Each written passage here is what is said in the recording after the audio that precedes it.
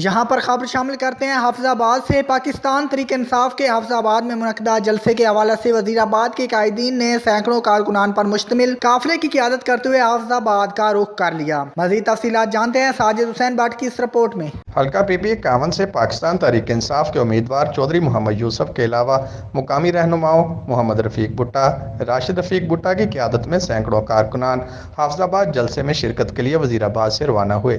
कबल अजीम चौधरी यूसुफ के डेरा पर जमा होने वाले कारकुनों की हलवापुरी से तवाज़ुह की गई। चौधरी यूसुफ ने इस मौका पर मीडिया के नुमाइंदों से गुफ्तगू में कहा कि वज़ीर आज़म पाकिस्तान इमरान खान ने हाफिजाबाद में यूनिवर्सिटी बनवाकर ये साबित किया है कि मुल्क में तलीम के फ़रोग के लिए संजीदगी से इक़दाम उठाए जा रहे हैं, जबकि दूसरे ज़िले में अपने कायद की झलक देखने के लिए जाने वाले अवामुन्नास का हाफिजाबाद जाने के लिए जोगदार जोग जमा होना उनसे मोहब्बत का वाज़ेह सबूत है। इस मौका पर वज़ीराबाद से सैकड़ों कारकुनों का काफिला हाफिजाबाद जलसे में शिरकत के लिए रवाना हुआ। Sajid Hussain Bhatt, city 5 news, Wazirabad.